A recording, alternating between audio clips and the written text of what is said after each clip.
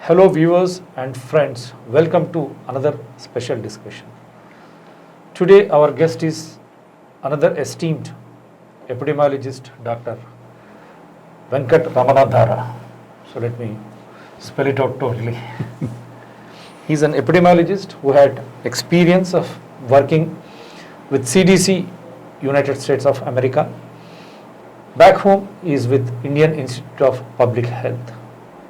This endemic has become an epidemic, then now it has become a pandemic by the time you understood it. World Health Organization, as we have been putting it across, is the sole organization under the aegis of UN who was supposed to intimate, inform and caution the member countries of their citizens' health.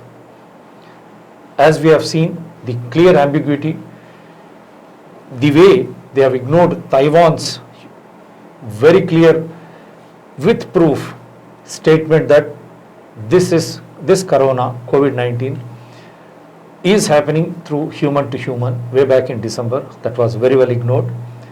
They went by Chinese word, trusting them in the mid-January 2020. And subsequently, before China went for lockdown on January 23rd, prior to that, believing in China's this thing, it went ahead, World Health Organization under the leadership of Director General Dr. Tedros went ahead stating that this is not a human to human transmission. These are all on the record of WHO, please. And subsequently, when China announced lockdown, to their utter surprise, they started to issue new dossiers. So this ambiguity of coming to the rescue of citizens of member countries of WHO, it did not arise. And this confusion has led to thousands of travelers moving out of Wuhan, very well spread across Europe, US, East side Japan, for Australia.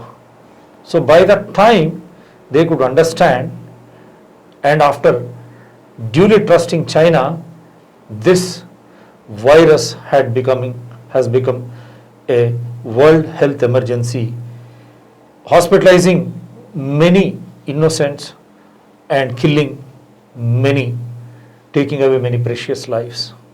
So WHO could not come to the rescue. Even till today, no one is sure as to how this virus is getting transmitted from human to human, in which way, what is the genome factor, what is the strain which is affecting different countries. So for that reason, the vaccine could not be a reality in the very near future, though studies are going on and the big minds, scientific minds are on the job. But before that, what is the best way to overcome this? The best way is prevention. So let me play this audio-visual bite for everyone to understand as to how they can protect themselves from getting affected with this virus. Kindly watch, relax and become knowledgeable. Hi Iftikhar, how are you? How are you? The other day I saw the movie Gully Boy. Did you watch that movie? That movie in which that song is Apna Time Aayega. Yeah, I have seen that movie, yeah. In which that Alia Bhatt is there. Yeah, I guess that was selected for Oscar too or not? Yeah, I don't know about that. What about your proposal? How Yeah, is it's going on. It's going on? Yeah. Okay. But now there are some new rules that we have to follow, okay? Because we don't want the virus jumping from one person to another person, okay? And these viruses are very pesky creatures which actually can jump very quickly from people to people and cause disease, okay? So now I will show you a few methods of, preventing this, the virus from jumping from one person to another, okay? The first thing that you have to do really is to stand 3 feet apart. 3 feet is the minimum distance that you stand apart so that your respiratory droplets from your nose or your mouth do not pass to the other person, okay? Also, no handshaking, no hugging now, okay? These are new rules, okay? So the new ways of greeting each other are to do a namaste to each other, or you can do an adab, or you can do an elbow bump, or you can do a foot bump. Okay? So now, come on, public health students, show us how you're going to do this. Namaste. Adab. Great. Put it in front of your face and cough into it. Or sneeze, okay? And once you're done, what you should do is bunch it up and then put it into a closed dustbin, okay? Now, in case you don't have a tissue on you, what you should do is then cough into your sleeve. And that's the way to cough. Okay? Why is hand washing so very important? Soap and water. Use some alcohol-based hand sanitizers. And the 20 seconds you remember is by singing the happy birthday song. Happy birthday to you. Happy birthday to you. Happy birthday to you. Happy birthday to you. Hope, Dr. Garu, this AV is going to be the yardstick, whether it is lockdown or no lockdown, whether you are going to work, the same etiquettes of physical distance, how it is going to help you, and what is that you should do when you cough and sneeze, the cough etiquettes of elbow cough etiquettes as you have suggested, and in principle, washing your hands with soap or alcohol-based sanitizer for 20 seconds. So this has to remain. So welcome to the special discussion, Dr. Garu. Thank you. So how do you think that now we should be approaching? Yeah. Country after country, lockdown, shutdown, Right. infringement of fundamental rights of every citizen, Yeah. for no fault of theirs. Yeah. Every country failed to understand as to how this was spreading, because this is an imported virus into India. US shut down all the flights at the fag end of January, even before WHO understood. The same Trump travels to India in February, but India still allowed flights from all over the world into India. Happily, the virus being imported, except for thermal screening, nothing was in place. This could have been avoided, because till March 22nd, when Prime Minister announced Janata curfew, subsequently lockdown, and prior to that, March 11th, WHO announces it as a world pandemic.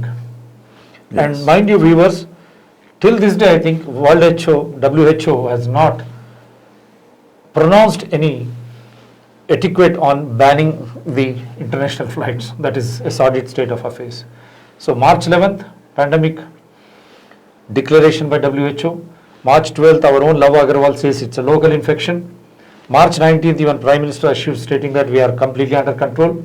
All of a sudden on March 22nd, Janata curfew, subsequently first lockdown, the second lockdown, now we are in the second lockdown from April 14th. The world is no better. So many deaths in US, so many getting infected across Europe, and state after state in India too. How do you relate this? Yes.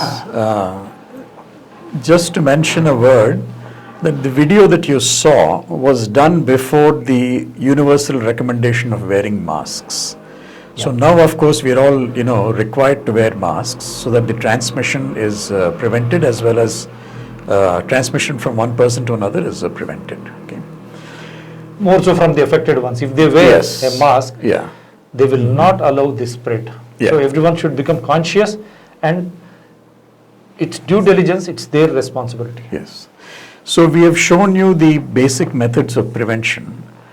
Now, what's important is that these methods of prevention can now be implemented in the second phase after the first phase of lockdown. We are now entering the second phase of the lockdown.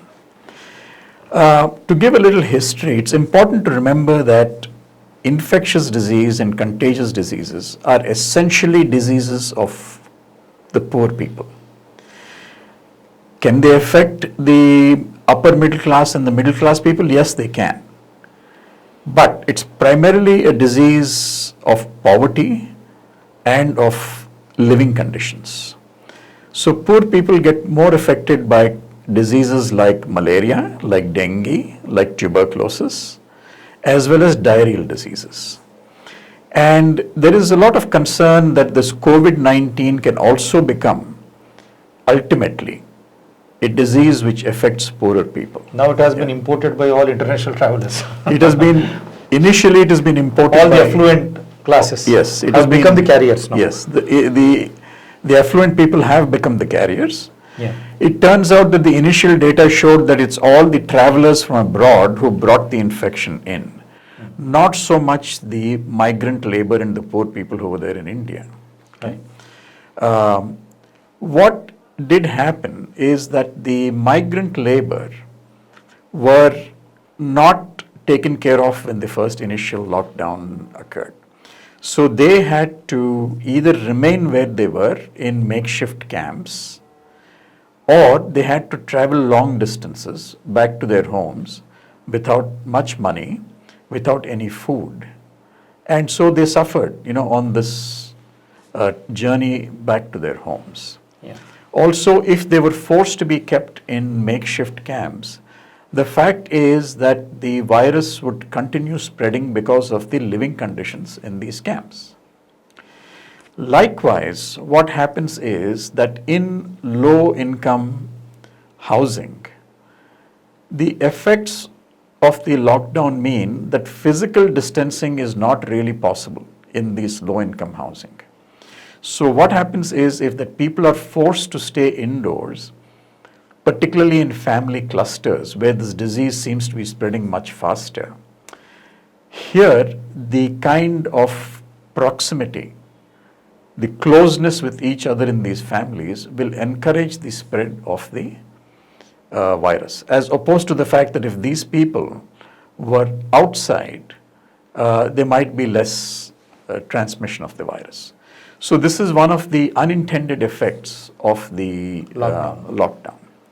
It is quite possible that middle and upper middle class people who have better homes and housing, will have more opportunities for physical distancing in their larger homes. Also, they have the economic strength, particularly in the upper middle class, because they can stock up on the necessities to endure during the lockdown, that they can withstand the effects of the lockdown for a longer period of time.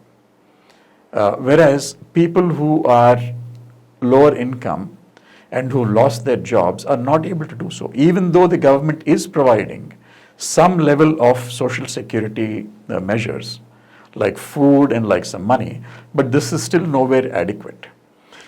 Problems that exist with staying in the house will not only include things like boredom, conflict, there will be domestic violence, between family members. This has been shown in data. And so, No country is exception. no country is an exception. Developed or developing or absolutely. underdeveloped. Yeah, no country is It's a an human exception. psyche. It's a human psyche. Yeah. It can happen amongst the upper middle class, it can happen in middle class, it can happen in poorer people. Yeah. However, all of these factors get exaggerated and increased with the lower income people, because their socio-economic conditions are more difficult than those people who have. And their understanding of the given situation. Their is also- understanding of the given situation is much more difficult. What is important, we have already been through the first phase of the lockdown. Now, in the second phase, the Kerala model has clearly said that in the second phase, there should be a relaxation of the lockdown in specific phases. And these phases will gradually include, for example, the number of cases that are present, the number of homes that are under surveillance, as well as the number of hotspots in each district. And so these criteria can be employed to see which phase can be relaxed at what point in time. So there is a certain scientific method by which these gradual relaxation of the lockdown can be achieved. Okay? With the cautious proviso that in the event that the cases start rising again, we may have to go back into a lockdown phase. Okay? Yeah, that's understood. It sounds pretty much good. It's a 3-tier strategy which Kerala has adopted. Now coming back to, did India trust China so much that even out of our humane reach, some supplies were sent to China also, whether it is masks or kits or to bring back our own people? Yes. Because from Kerala, 17 Italians and 3 medicos who have been in Wuhan were the first ones to be affected. And subsequently there was a case from Dubai, who traveled from Dubai, the Bangalore-based software personnel. So you want to say India has trusted, the Prime Minister Modi has trusted China so much that they could not give him any information as to how it was spreading? Well, there was... Because we are just a Yeah. neighboring country. We are sharing a common border with them. Yes, Northeastern absolutely. areas specifically. Yeah. Well, it is an act of goodwill that the Indian government sent these supplies to China, and also that they brought the students back Yeah. from Wuhan. So that was an act of goodwill, and also it it has was been necessary. sent to Italy and everywhere also. Yes, correct. But don't you think when they were doing that, at least they could have shared vital information with India? Being a neighboring country with such a long border, northeastern border. Yeah. In the developing phases, there was a certain lack of transparency and information, on the part of China. And this has been commented upon by various institutions as well as international organizations, that they could have been more forthcoming in the data on how the disease spread. In fact, their own doctor, who initially discovered that the COVID-19 case was going on and ultimately died of this condition, was reprimanded, for doing so. So that is an issue, of course, that the Chinese government will have to come to grips with. No, because why I'm trying to put this across is, Modi being a prime minister, has he become another soft target, as was evidence in the past? Jawaharlal Nehru during that 1962 war. Same, they made us to, China made India to see that it's a trustworthy neighbor, and subsequently you have seen the follow-up 1962 war, how they were trying to, when Nehru was at the helm. Now don't you think now that was a physical war, it's fine. Now it's a different sort of situation. It's a bio-war kind of thing now. Yeah. So you mean to say again, Mr. Modi has become another Nehru of 1962, because now it is affecting all Indians. Their fundamental rights are being suppressed, they are being locked down. Modi is also not happy. He's not a happy prime minister because he has to take care of the 1.3 billion populace. It is a big responsibility, for the Prime Minister. Yeah. Let's remember that there was a lot of paucity of information to start with. That India's public health infrastructure needed a lot of development, and it did not exist in India. It was a relatively weak public health infrastructure. Just like, for example, even in the United States, where there is a varied public health infrastructure in the United States, and there is more dependence on the private sector. And of course, the United States has also paid a certain price, for not having a strong public health infrastructure in their own country. They have, of course, now they have been testing widely, and so therefore the number of cases that they found. The developed countries have 10% spending on public health care. India, not even 1% of the budget. Yes. So, and some states like Telangana, the Chief Minister promised multi-specialty hospital for every district and for every constituency, 150 bed hospital. Their manifesto. But they could not go ahead. They could construct a separate Pragati Bhavan for himself. But in these 6 years, had he done so, now at least I'm happy that he has converted a Gachibowli stadium into that complex into 1500 bedded hospital. Now I'm sure, I only hope that it remains the same. And like that, you need many such hospitals in all districts and across India. You mean to say they have faltered on public health care? Yeah, the public health infrastructure in India was weak to start with.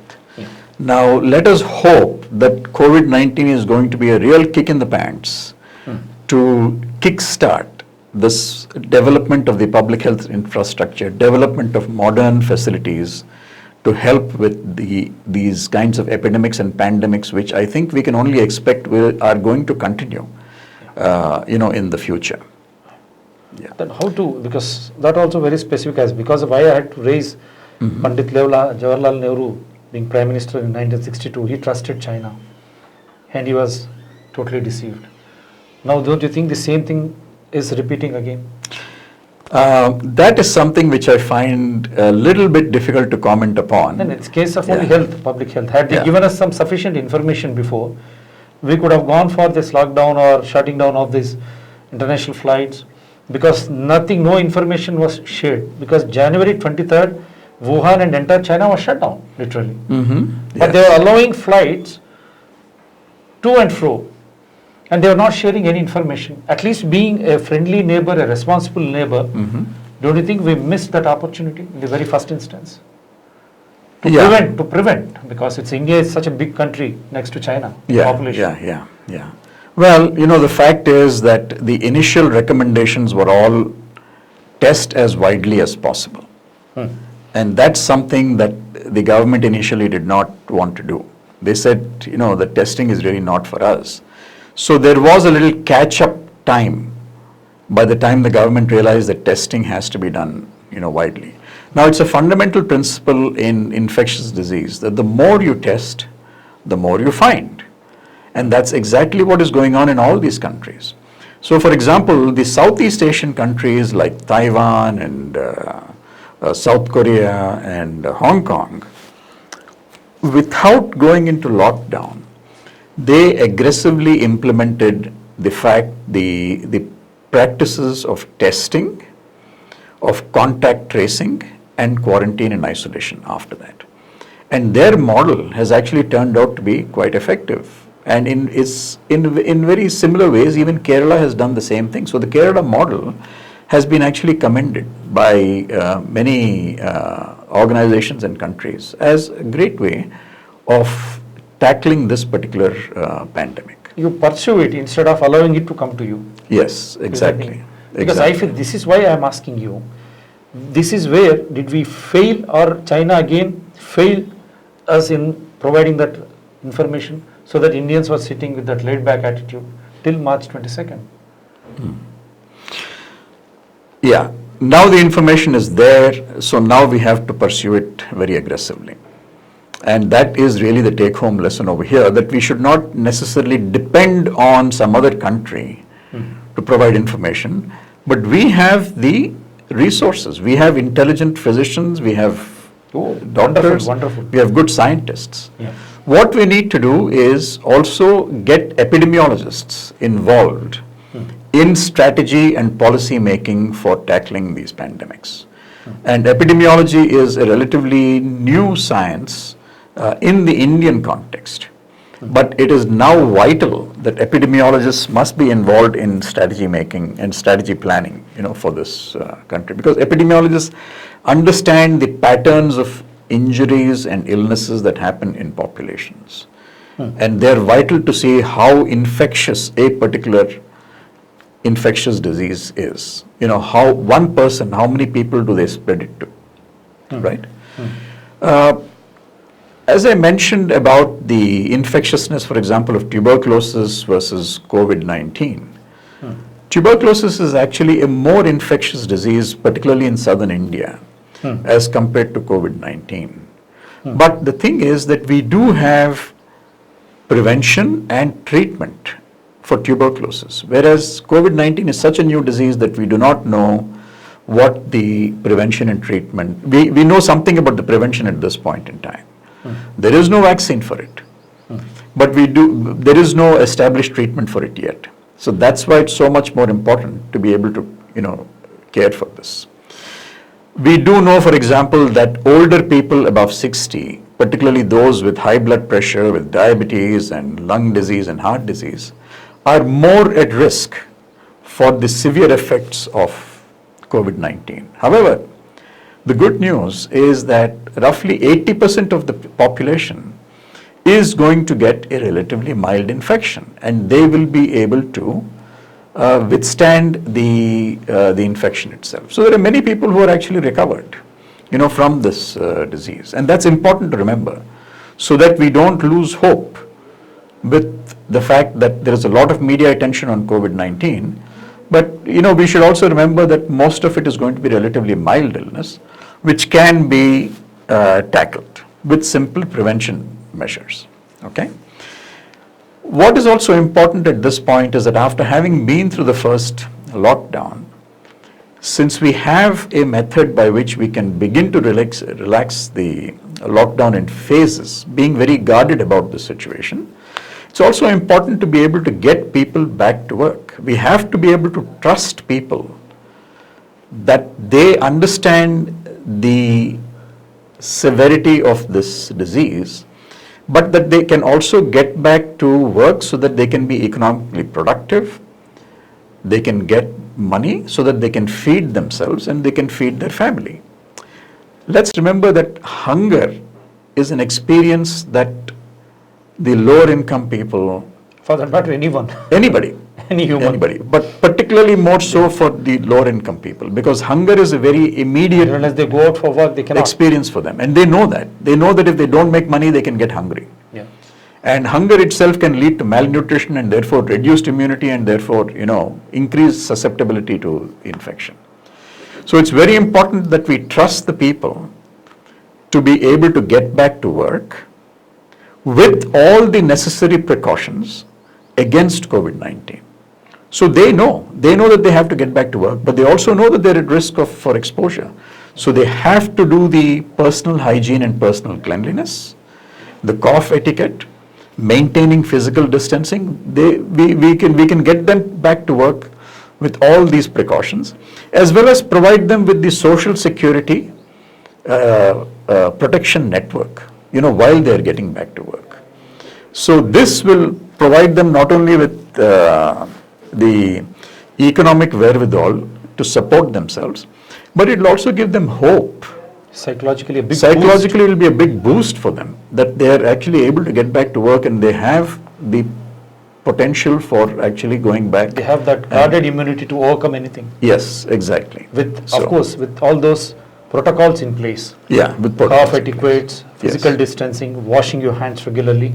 These are mandatory now. It's a new order of living now in the world. It's a new order of living and we'll have to come to terms with this. I really hope that our method and our culture of personal hygiene and cleanliness is going to improve with this kick in the pants that Mother Nature has delivered to us.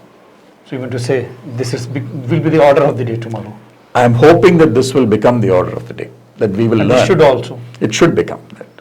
Yes, it should become something that is ingrained in our society from here on, that we are going to keep personal hygiene and cleanliness at the top of the list. So any word about the frontline doctor fraternity or the nurses Yes, and all those hospital staff, yes. and including even the journalists like us, we have to go out and cover in a big way. The doctors like you who have been practicing everywhere, and all those, whether the groceries or the other stores who have been trying to come to the rescue of the people in dire straits and need. Yes. And it is absolutely vital and important that we protect these frontline workers. We of course must protect the doctors and nurses and hospital staff who are attending to the severe cases. They are exposed to the severe COVID cases, and so their level of protection has got to be of an order of magnitude higher than the other people who are also part of the essential working staff. Now, there are people who are providing essential services like electricity, like water, like sewage, telecommunications, food. All of these people also, Sanitation staff. sanitation, they also have to be protected, against all these things. And if they get protected, they will actually feel good and they will perform their job with more vigor and with more caution, that they are being protected and they will then provide a good service. As an epidemiologist, any piece of advice to states in India, to country as a whole, and almost because you have worked in even CDC, to the world at large? I think it's important to remember again that the infectious disease is a disease of poor people. So we need to protect them the best that we can with the most scientific and modern methods that are available in modern science. So prevention really at the end of the day is far more important than actually a cure. There is no magic bullet for treating this condition at this point in time. Prevention right now is the primary method of prevention, of tackling this disease. And let's also remember that, as I mentioned, that there is a class differentiation between people who can be under the lockdown situation and can withstand the lockdown for extended periods of time versus the lower income people who are unable to withstand the lockdown for longer periods of time. And so therefore the government really needs to be proactive about taking care of those people and perhaps using this as a method of gradually phasing out the lockdown and phasing in a return to economic activity. So as an epidemiologist, because you have seen flu, every year they have to change the vaccine. Yes. So you better understand the COVID-19, maintain all the protocols which can prevent, and then improve yourself, as you rightly said, personal hygiene, or see that you go through the nutritious stuff so that you can avoid these things. Avoid, yeah. We now know that there are roughly about 8 different strains of COVID which are circulating around the different countries of the earth. There is not a significant difference in these strains in terms of the severity of the disease that they can cause. Yeah. That is relatively good news in terms of development of a vaccine down the road. Yeah. But we are still 12 to 18 months away from development of the vaccine. So we don't know how this virus is going to mutate between now and then. Yeah. But clearly the virologists and the vaccine specialists are going to take a look at that. But it's also important to remember that whatever methods of prevention are developed, whether it's a vaccine, whether it's medication, that these prevention and treatment methods are distributed equitably in the population. That all sections of the population, regardless of class and income, will have equitable access to these methods of treatment. And that's the only way that you can prove to the population that you're taking care of that you care for them and that they are going to be safe and healthy. Yeah. This is for this discussion today. Our epidemiologist has very clearly spelled out as to what we should be doing, whether it is class or mass. COVID-19 or corona is one and the same. So understanding the disease as to how this is spreading is more important, which allows you to prevent from getting affected individually yourself, then your family, your society, your state, your country. So if you can follow these etiquettes, which again let me play this audio visual, which would really help you to understand. You have to understand that this was done much before, so there are no masks in that. So now we are wearing masks to make you to understand. Mask yourself and go through this AV.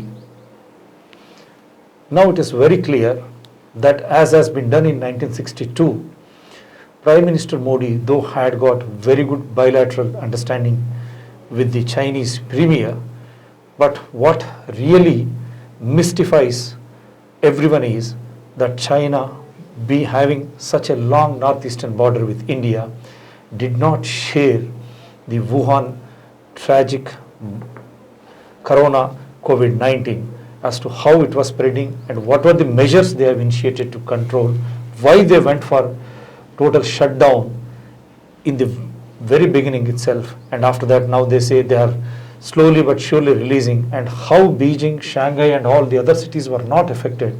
They did not share, as was done in 1962 with Pandit Jawaharlal Nehru, erstwhile Prime Minister, that time Prime Minister of India. The same thing happened with Prime Minister Modi. So how trustworthy our neighbor China is, it is for everyone to understand. At least now Prime Minister, Chief Ministers and all the administrators should start trusting their own Indian public, make them aware, kindly invest all the information, necessary information in the public domain so that each and every Indian citizen is aware of what government at the central level or at the union level or at the state level they are doing to control the spread and to mitigate the sufferings, economical and even psychological aspects also. Until and unless you keep people informed, because people are at risk, they should be informed right from village set, because this is a harvesting season, till the semi-urban, urban areas, all should be informed, and how fast they can get back to their respective occupations. Of course, you have to follow these protocols, come whatever may, to prevent yourself from really getting affected. Keeping all these things in mind, I hope every citizen, whether it's Indian or otherwise in the world over, they would understand and see to that this corona COVID-19 spread is arrested at the earliest so that we can get back to our normal life. Of course, with physical distance norms, cough etiquettes in place, wash your hands with soap or alcohol-based sanitizer, and never try to shake hands. Keep this in your mind. Always say namaste, adab, or hello. So with this, we are going to wind up this special discussion. See you soon with another discussion with another guest. This is Dr. Tangella, Shiva Prasad Reddy alias Dr. TSPR saying bye to you. Hi, Aftagar, how Hi, are you? Anisha, how are you? The other day I saw the movie Gully Boy. Did you watch that movie? That movie in which that song is Apna Time Aayega. Yeah, I have seen that movie, yeah. In which that Alia Bhatt is there. Yeah, I guess that was selected for Oscar too or not. Yeah, I don't know about that. What about your proposal? How Yeah, is it's it? going. It's going on. Yeah. But now there are some new rules that we have to follow, okay? Because we don't want the virus jumping from one person to another person, okay? And these viruses are very pesky creatures which actually can jump very quickly from people to people and cause disease, okay? So now I will show you a few methods of, preventing this, the virus from jumping from one person to another, okay? The first thing that you have to do really is to stand 3 feet apart. 3 feet is the minimum distance that you stand apart so that your respiratory droplets from your nose or your mouth do not pass to the other person, okay? Also, no handshaking, no hugging now, okay? These are new rules, okay? So the new ways of greeting each other are to do a namaste to each other, or you can do an adab, or you can do an elbow bump, or you can do a foot bump, okay? So now, come on, public health students, show us how you're going to do this. Namaste. Adab. Great. Put it in front of your face and cough into it. Or sneeze, okay? And once you're done, what you should do is bunch it up and then put it into a closed dustbin, okay? Now, in case you don't have a tissue on you, what you should do is then cough into your sleeve. And that's the way to cough. Okay? Why is hand washing so very important? Soap and water. Use some alcohol-based hand sanitizers. And the 20 seconds you remember is by singing the happy birthday song. Happy birthday to you. Happy birthday to you. Happy birthday to you. Happy birthday to you.